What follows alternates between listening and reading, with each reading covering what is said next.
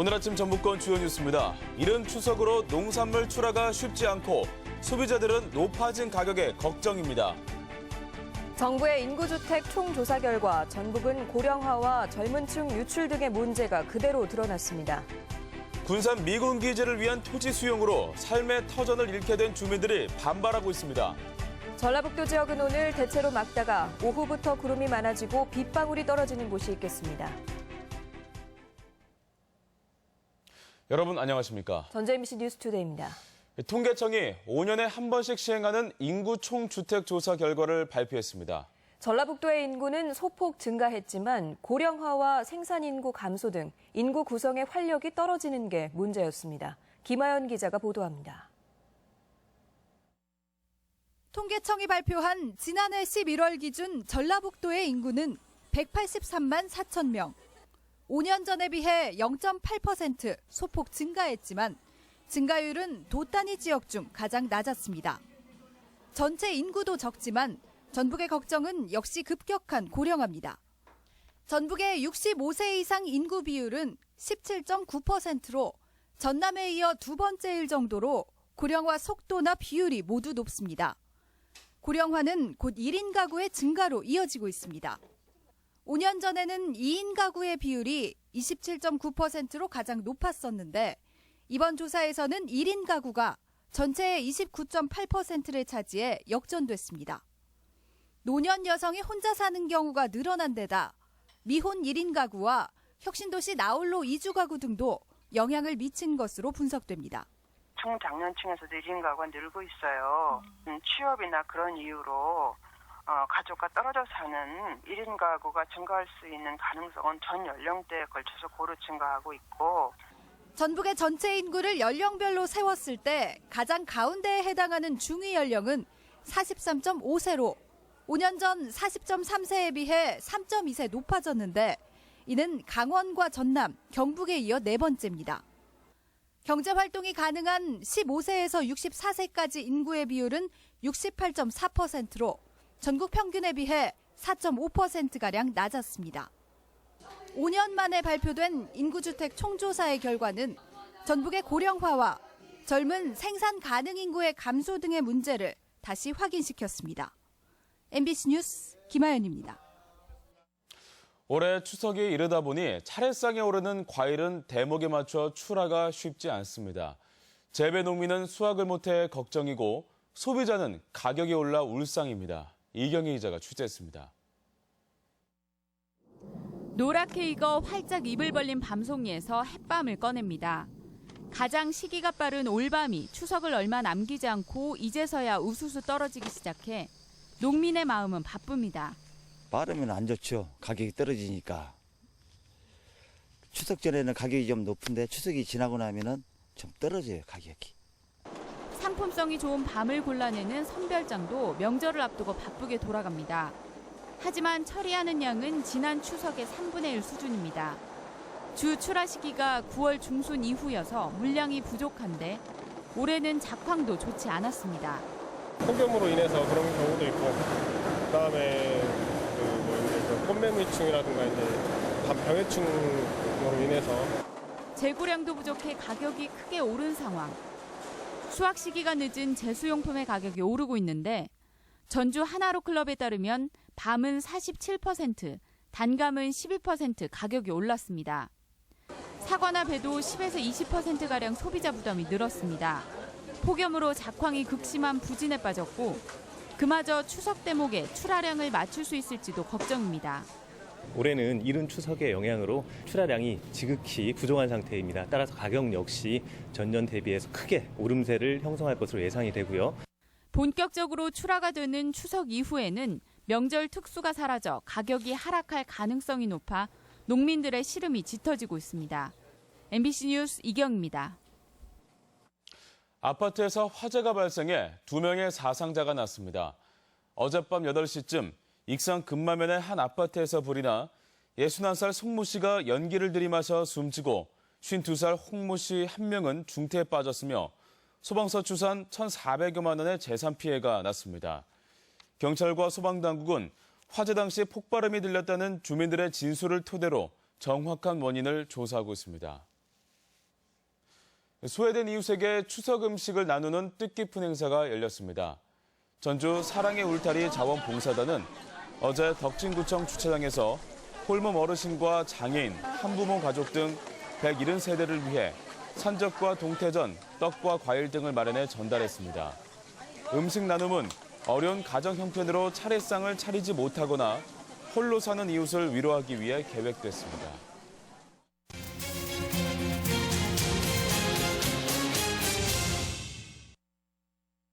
군산 미군기지 인근 주민들이 토지 수용으로 수십 년 터전을 떠날 수밖에 없게 됐습니다.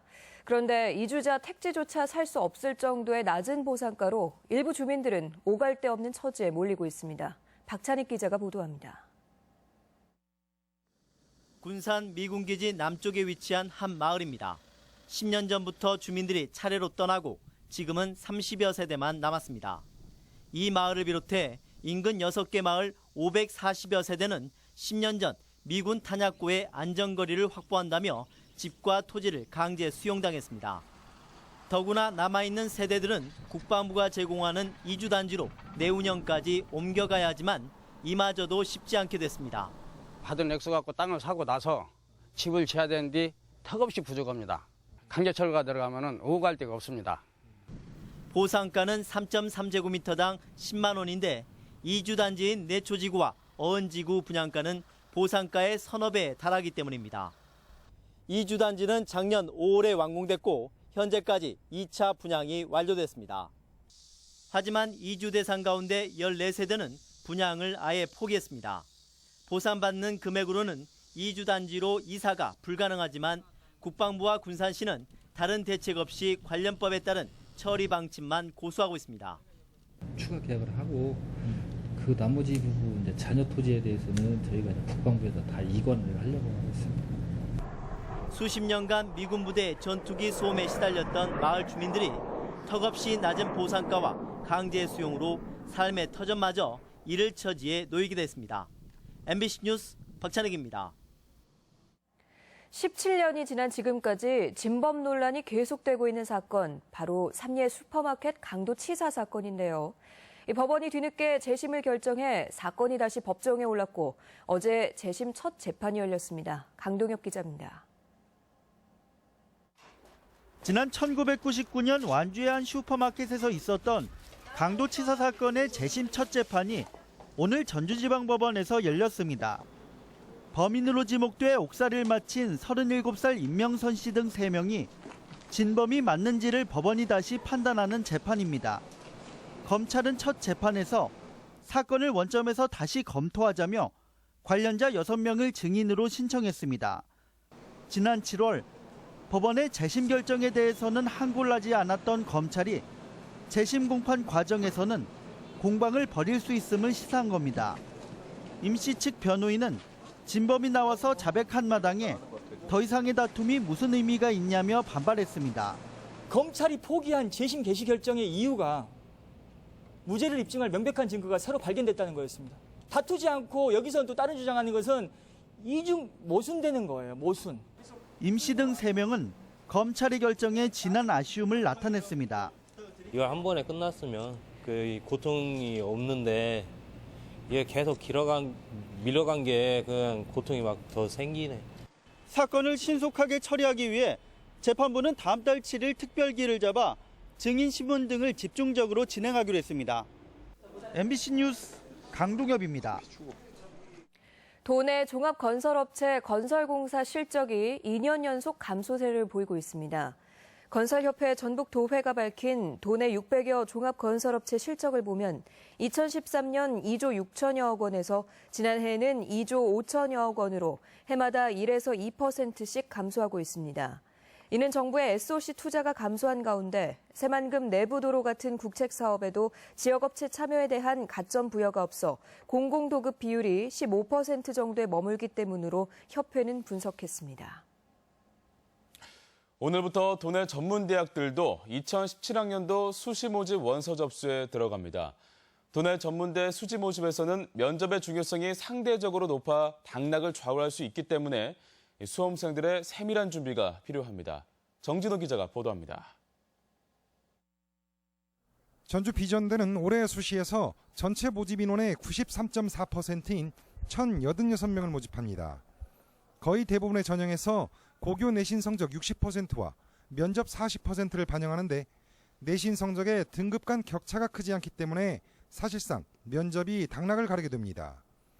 특히 학생들에게 인기가 있는 보건계열 학과 간의 복수 지원도 지난해 한 차례에서 올해는 4차례로 확대했습니다. 저희가 면접관에 외부 산업체 인사를 초청을 해서 실질적으로 산업체 인사가 면접을 진행을 하기 때문에 산업체에서 요구하는 인재를 저희가 시작부터 선발할 수 있다는 장점이 있는 거죠. 원광보건대는 입학 정원의 80%인 1,219명을 이번 수시에서 선발합니다. 학생부 종합과 비교과 전형에서는 심층 면접이 50%를 차지하는데 116명의 신입생 전원에게는 입학금 65만 원을 장학금으로 지급합니다. 1,100명가량을 모집하는 학생부 교과 전형 가운데 3분의 1가량은 지역 고교 우수자 전형으로 전주, 익산, 군산, 평준화 지역 인문계 고등학생들에게 따로 문을 열어놓았습니다. 평준화 인문계 고3 학생들만 지원할 수 있는 지원 자격이 있는 전형입니다. 일반 전형으로 지원도 가능하시지만 이분들이 지역 고교로 지원하실 때 합격에 훨씬 유리합니다. 전문대들은 또 다양한 정원 외 전형을 실시하고 있고 6차례로 제한된 4년제와는 달리 수시 지원 횟수를 제한하지 않고 있습니다. MBC 뉴스 정진호입니다. 누리과정 예산 배정을 둘러싸고 전라북도의회와 전북교육청 간의 갈등이 재연될 가능성이 커지고 있습니다. 부의회 교육위원회는 정부가 추경을 편성함에 따라 1,007억 원의 보통교부금이 도교육청에 배정돼 누리과정 예산으로 편성할 수 있도록 했다며 신속한 처리가 요구된다고 밝혔습니다. 하지만 도교육청은 누리과정 예산은 정부가 전적으로 부담해야 할 사안이라며 이번에 배정받은 교부금을 일반 예산으로 집행할 방침이어서 두 기관이 또다시 대립할 것으로 보입니다. 고군산군도 연결도로 부분 개통에 따른 관광객 불편 해소를 위해 주차장과 내부도로 등이 확충됩니다. 새만금 개발청은 2020년까지 신시 문여도에 주차장과 체육시설, 수변 휴게 공간, 다목적 광장 등을 조성하고 선유도에는 2021년까지 자전거 도로 등 왕복 2차선 도로 3.4km를 개설합니다. 새만금 개발청은 관광객 불편 해소를 위해 지속적으로 편의시설과 요구시설을 보완할 예정이라고 밝혔습니다.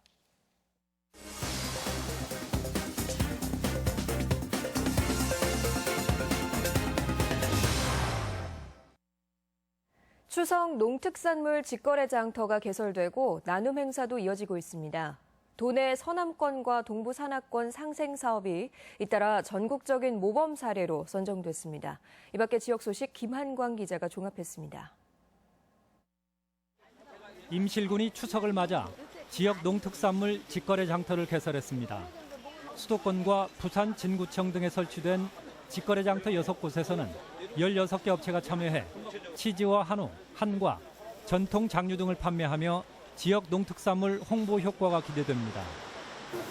앞으로도 청정 임실 농특산물 인지도 향상과 판매망 확보를 위해 지속적으로 직거래 행사를 실시하겠습니다. 추석을 앞두고 대한한돈협회가 500만 원 상당의 돼지고기를, 세아베스틸은 쌀 800포대를 군산시에 전달했습니다. 또 장수군에서는 홀몸 가구 등의 송편과 밑반찬을 나눴으며 남원시도 다문화 가정과 송편 만들기를, 저소득 가구에는 추석 밑반찬을 전달했습니다. 주로 할머니들은 멋을 해잡수잖아. 근데 할아버지들은 멋을 못 해잡수니까 주로 홀로 계시는 할아버지들 위주해서 나눠주고 있어요. 순창의 장류와 임실의 치즈를 활용한 발효문화 체험 체류형 관광 프로그램이 정부의 지역발전 우수 사례에 선정돼 내년도 재정 인센티브를 받게 됐습니다. 정읍시와 고창 부안군이 체육시설과 농기계 임대 등을 공동으로 추진하는 상생사업 행복마을 만들기는 2년 연속 우수기관에 선정되는 성과를 냈습니다. 이번 수상을 계기로 정읍 고창 부안 공동협력사업을 더욱 확대해서 주민들에게 감동과 만족을 주는 광역행정을 실현해 나가겠습니다. 무주군이 전통소인 치카누 육성 기반 조성에 나섰습니다.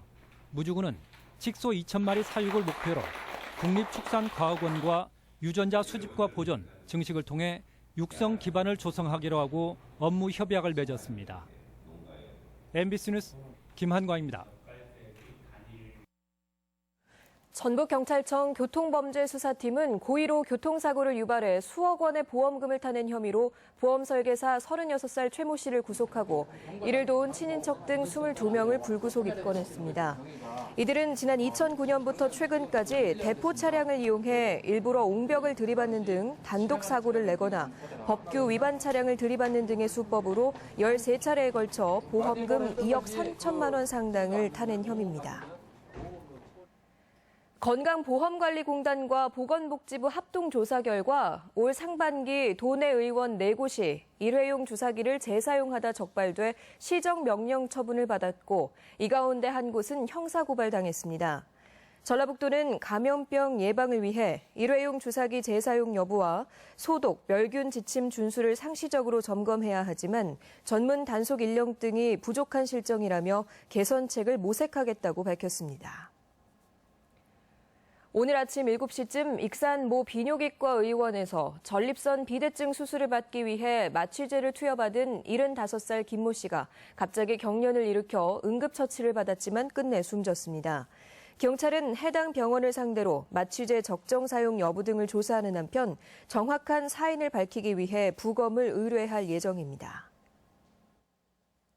익산역 지하차도가 11월 중순에 개통될 전망입니다.